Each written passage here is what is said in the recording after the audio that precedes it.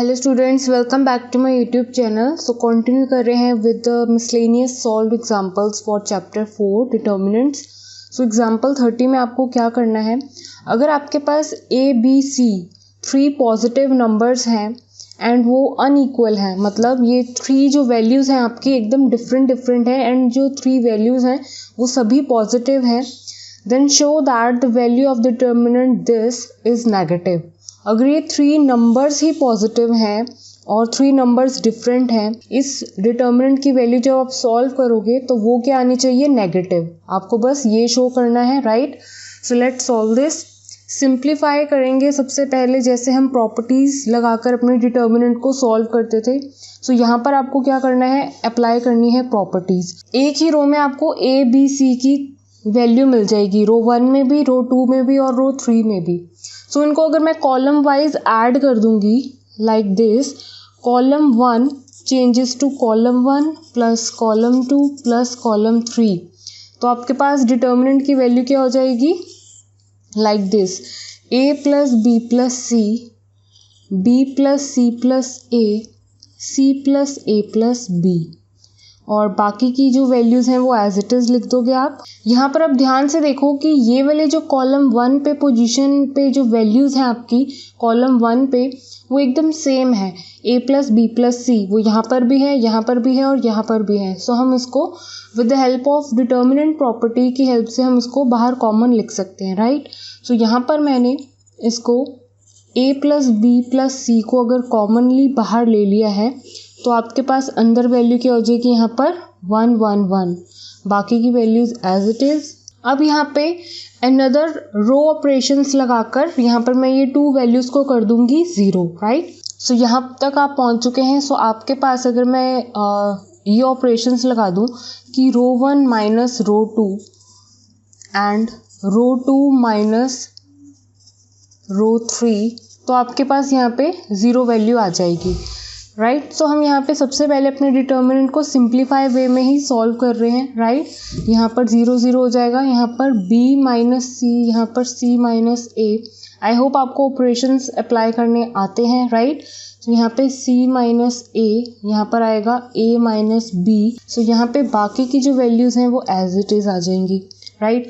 अब आपके पास इतनी वैल्यूज़ आ चुकी हैं। अब यहाँ पे मैं क्या कर रही हूँ, एक्सपैंड करूँगी अपने डिटर्मिनेंट को, राइट, क्योंकि मैंने मैक्सिमम ज़ीरोज़ अपने बना लिए हैं। अब मैं रो को एक्सपैंड कर रही हूँ, रो एक्सपैंडिंग बाय रो 3, ठीक है। आप किसी भी कॉलम या रो से एक्सपैंड कर सकते हो। यहाँ पर मैं रो 3 से एक्सपैंड कर रही हूँ इस डिटर्मिनेंट को, राइट। सो यहाँ पे आपके डिटर्मिनेंट की जो बाहर वैल्यू थी a प्लस बी प्लस सी, वो एज इट इज़ चलेगी बाहर, राइट। अंदर वैल्यू देखो। सो यहाँ पर आपको साइन का भी ध्यान रखना होता है जब आपको रो 3 के अकॉर्डिंगली एक्सपैंड करना है, राइट। सो यहाँ पे 1, अंदर जो वैल्यू आएगी वो आएगी b minus c into a minus b minus c minus a into c minus a, that is c minus a का होल स्क्वायर, क्योंकि ये जो 2 टर्म्स मल्टीप्लाई होंगी तो इनका स्क्वायर हो जाएगा, राइट, क्योंकि सेम सेम है। यहाँ पर मुझे जब मैंने इस वैल्यू से खोला, अपने रो 3 से एक्सपैंड किया, तो मेरे पास अंदर वैल्यू आई इस तरह से, राइट। अब ये वाली टर्म माइनस a, सो जब अंदर की वैल्यू सॉल्व करूँगी मेरे पास तो वैल्यू क्या आएगी, 0। ऐसे ही यहाँ पर प्लस b करूँगी तो वैल्यू क्या आएगी, अंदर 0। सो ओनली 1 एलिमेंट के साथ आपका जो है एक्सपैंड हो रहा है अगर आप रो 3 से एक्सपैंड करोगे, राइट। सो यहाँ पर अब नेक्स्ट स्टेप में सिर्फ सिंप्लीफाई करना है आपको। सो यहाँ पे जो आपकी 2 ब्रैकेट में वैल्यूज़ हैं इनको मल्टीप्लाई कर दो, right. So b a minus b square minus a c plus b c, and यहाँ पर c माइनस ए का होल स्क्वायर ओपन कर रही हूँ मैं, सी square plus a square minus 2ac, इस तरह से वैल्यू आएगी। तो इसको जरा अब हम और तरीके से लिखने वाले हैं। यहाँ पे b a minus b square minus a c plus b c, minus multiply कर दो अंदर, minus c square minus a square plus twice of a c. अब यहाँ पे ध्यान से देखो, ट्वाइस ऑफ ए सी में से अगर एक ए सी चला जाएगा तो आपके पास पॉजिटिव में ए सी आएगी, right, because twice of a c minus a c करोगे आपके पास क्या वैल्यू आएगी, 1ac, ठीक है। सो यहाँ पर मैं इन टू वैल्यूज़ को सॉल्व करके लिख ली हूँ। तो यहाँ पर आपकी जो वैल्यू अब हो जाएगी BA minus b square plus AC plus BC minus C square minus A square. I hope आपको ये क्लियर हो गया हो कि यहाँ पे प्लस AC क्यों आया है, बिकॉज ऑफ दिस। ठीक है, अब नेक्स्ट स्टेप ध्यान से देखना। सो नेक्स्ट स्टेप में मैं यहाँ पे क्या करने जा रही हूँ कि ये वाली जो आपकी बाहर टर्म चल रही है वो तो मैंने एज इट इज़ रख दी है। यहाँ पर देखो जितनी भी आपके सिंगल टर्म है बी स्क्वायर सी स्क्वायर ए स्क्वायर माइनस में है, तो मैं उनको इस तरह से लिख रही हूँ minus a square minus b square minus c square एक साथ लिख रही हूँ। उसके बाद ये सारी क्या है आपके पॉजिटिव टर्म्स बी ए सी बी सी, तो इनको इसके बाद लिख रही हूँ। सो यहाँ पे plus a b plus b c plus c a. So आप यहाँ तक पहुँच चुके हैं।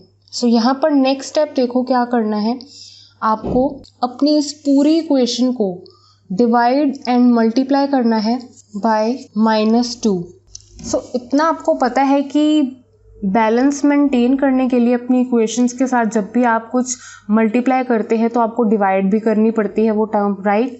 सो ताकि आपकी जो इक्वेशन का बैलेंस है वो मेंटेन रहे, राइट, क्योंकि आप खुद से वो टर्म मल्टीप्लाई या डिवाइड कर रहे हो। तो अगर वही चीज़ आप मल्टीप्लाई कर रहे हो ऊपर पूरे न्यूमरेटर में, सो पूरे वो डिनोमिनेटर में भी आपके पास होनी चाहिए टर्म, क्योंकि अभी भी इसको अगर आप कैंसिल कर देते हो टर्म्स को तो अभी भी सेम आपको पहले जैसा रिजल्ट मिलता है। तो मतलब आप इसको इस तरह से भी लिख सकते हो, राइट, क्योंकि यहाँ पर हम कुछ बनाने की कोशिश कर रहे हैं, राइट। अभी वो आपको क्लियर हो जाएगा कि वो क्या चीज़ है। सो सिर्फ मैंने इस स्टेप में ये मल्टीप्लाई डिवाइड में की है ये टर्म, राइट। नेक्स्ट स्टेप में देखो इस -2 को, ये वाला जो -2 है पूरा मल्टीप्लाई कर दूंगी मैं इस अंदर वाले स्क्वायर ब्रैकेट के साथ।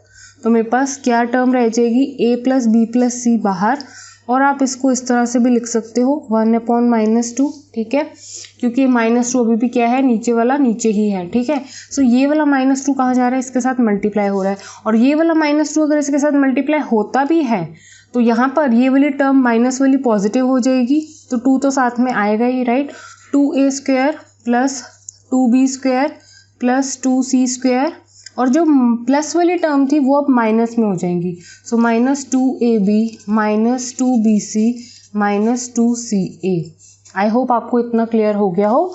नेक्स्ट स्टेप में देखो बहुत इंपॉर्टेंट चीज़, बस मैं इस स्टेटमेंट को और किस तरीके से लिख सकती हूँ वो मैंने आपको क्लियरली बता रही हूँ। यहाँ पे आपका ये क्या देख रहे हो, ट्वाइस ऑफ ए स्क्वायर, मतलब ए स्क्वायर की टर्म कितनी है 2 बार है, ऐसे ही बी स्क्वायर की टर्म कितनी है 2 बार है, ऐसे ही सी स्क्वायर की टर्म कितनी है 2 बार है।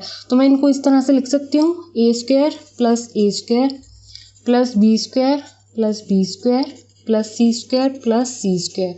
बाकी ये वाली टर्म्स एज इट इज़ लिख दो। अब नेक्स्ट स्टेप ध्यान से देखो, ये वाला ए स्क्वायर ये वाला बी स्क्वायर ए स्क्वायर ये वाला बी स्क्वायर एक साथ लिखूंगी किसके साथ, ट्वाइस ऑफ ए बी के साथ minus twice of a b के साथ, ठीक है। ऐसे ही क्यों एक साथ लिखूंगी ये भी जानना आपके लिए बहुत ज़रूरी है। अब ये रफली नोट में लेकर चलो, ये मैं आपको रफली समझा रही हूँ। ये वाला ए स्क्वायर अगर मैं साथ में लिखूँ, ये वाला बी स्क्वायर अगर मैं साथ में लिखूँ, और ये वाला माइनस ट्वाइस ए बी मैं साथ में लिखूँ, तो ये टर्म क्या कहलाती है। आपको पता है कि a माइनस बी का होल स्क्वायर क्या होता है, एग्जैक्टली यही होता है। बिकॉज अगर आप a माइनस बी के होल स्क्वायर को ओपन करते हो तो आपके पास एग्जैक्टली a का स्क्वायर प्लस b का square minus twice a b value आपको मिलती है। तो अगर मैं इन टर्म्स को एक साथ में रख के लिखूंगी तो मैं इन टर्म्स को क्या लिख सकूंगी, a माइनस बी का होल स्क्वायर, ठीक है। तो ये 3 टर्म्स के लिए मैंने क्या लिखना है, ये वाला वर्ड। ऐसे ही a square plus c square minus 2ca के लिए क्या होगा, a माइनस सी का स्क्वायर। तो मैं इन अनदर 3 टर्म्स के लिए क्या लिख दूंगी, ये रिमेनिंग टर्म कौन सी बची आपकी, b स्क्वायर, एक c स्क्वायर बच रहा है, और ये वाली टर्म। सो इनको भी अगर मैं कंबाइन करके एक साथ लिख दूँ तो मेरे पास इन टर्म के लिए क्या होगा, इन 3 टर्म्स के लिए b माइनस सी का होल स्क्वायर। बिकॉज इसको आप ओपन करके चेक करोगे इन टर्म्स को तो आपके पास यही वैल्यूज़ मिलेगी। तो बस यहाँ पे अलग अलग पोजीशंस पे लिखी थी, मैंने इनको एक साथ करके लिख दिया है। नेक्स्ट स्टेप में ध्यान से देखना, ठीक है। तो जो मैंने अभी आपको स्टेप समझाया वो एग्जैक्टली मैंने एक साथ लिख दी है टर्म। यहाँ पे ये कुछ नहीं है, a इंटू बी है, ठीक है, डोंट गेट कन्फ्यूज। यहाँ पर B square C square 2bc एक साथ, यहाँ पे a square C square 2ac एक साथ। इसको मैं क्या लिखूंगी, a माइनस बी का होल स्क्वायर, इसको मैं क्या लिखूंगी, b माइनस सी का होल स्क्वायर, और इसको मैं क्या लिखूंगी, a माइनस सी का whole square. So next step में आपकी जो बाहर टर्म्स थी वो तो एज इट इज चल रही हैं। यहाँ पर क्या हो गया है, a माइनस बी का square plus b minus c का square plus a minus c का स्क्वायर। सो अब यहाँ पर स्टूडेंट्स को कंफ्यूजन बिल्कुल नहीं होगी कि ये टर्म कैसे आई, ठीक है। नेक्स्ट स्टेप देखो, आपको इस पूरे डिटर्मिनेंट को जो आप सॉल्व कर रहे हो, इतनी टर्म्स लेकर आए हो, इसको क्या शो करना था कि ये जो आपका डिटर्मिनेंट है ओवरऑल नेगेटिव आ रहा है। वो कैसे आ रहा है, अब आपको इतना पता था, स्टार्टिंग में क्वेश्चन में लिखा था कि आपका ए बी सी एकदम डिफरेंट वर्ड्स हैं और तीनों के क्या हैं, पॉजिटिव हैं। तो अगर तीनों के तीनों पॉजिटिव हैं तो इनका सम करोगे तो ये भी पॉजिटिव है। अब यहाँ पर इतना देखो कि ये टर्म पूरी क्या है, पॉजिटिव। दैट मीन्स अगर ये पॉजिटिव है तो मतलब ग्रेटर देन 0 होगी। यहाँ पर देखो इनसाइड ब्रैकेट में कि हर एक टर्म का स्क्वायर हो रहा है। यहाँ पर आप अंदर कोई भी वैल्यू डालो ए बी की जगह, आपको हमेशा पॉजिटिव वैल्यू मिलेगी बिकॉज ऑफ दिस स्क्वायर। क्योंकि मैं -2 लिखूँ और ऊपर स्क्वायर हो तब भी आपको पॉजिटिव मिलेगा। कुछ भी वैल्यू हो अंदर, नेगेटिव हो चाहे पॉजिटिव हो, ऊपर क्या है आपका स्क्वायर, तो आपको हर टाइम क्या मिलेगी, पॉजिटिव टर्म। सो ये सारी टर्म्स पॉजिटिव हैं, बाद में इनका एडिशन भी हो रहा है, तो ये जितनी भी टर्म्स आएंगी ये अंदर वाला जो ब्रैकेट है पूरा वो भी क्या है, दैट मीन्स पॉजिटिव, राइट। सो ये पॉजिटिव है, ये पॉजिटिव है, 1/2 पॉजिटिव है, तो यहाँ पर एक माइनस जो है पूरा मल्टीप्लाई हो रहा है हर एक टर्म के साथ। तो एक इस नेगेटिव की वजह से ये जो आपका डिटर्मिनेंट है वो नेगेटिव आ रहा है। सो आपका फाइनल आंसर यही है, यही आपको शो करना था। Because of this negative your determinant is becoming negative, right. So वो आपने शो कर दिया है, hence proved. So next video में कंटिन्यू करेंगे solved examples for miscellaneous exercise. Thank you student for watching this video. Please like, share and subscribe to my channel.